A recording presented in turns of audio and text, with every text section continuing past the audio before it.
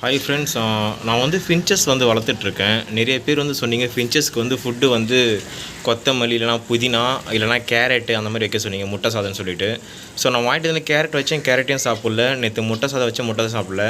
So இப்போ கூட வந்து புதினா இதெல்லாம் கொத்தமல்லிலாம் வச்சுருக்கேன். பட் ஆனால் அவங்க தினை மட்டும் தான் சாப்பிட்றாங்களே தவிர மீதி அதெல்லாம் சாப்பிட மாட்றாங்க. ஆனால் லவ் பேர்ட்ஸுக்கு வந்து அப்படி இல்லைண்ணா. லவ் பேர்ட்ஸுக்கு வந்து நான் வைக்கிற ஃபுட்ஸு அந்த தெனை, சோளம், அந்த மிக்சரு தெனை எல்லாமே வந்து லவ் பேர்ட்ஸ் எல்லாத்தையுமே சாப்பிட்ருது. நான் என்ன வச்சாலும் கேரட் வச்சாலும் சரி சாப்பிட்ருது.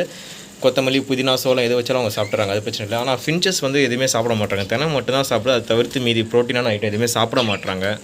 ஸோ அது என்ன வைக்கலாம்னு சொல்லிட்டு உங்களுக்கு தெரிஞ்சால் எனக்கு வந்து கமெண்ட் பண்ணுங்கள் ப்ளீஸ். ஏன்னா நான் எந்த ஃபுட் வச்சாலும் இதுங்க சாப்பிடவே மாட்டேங்குதுங்க.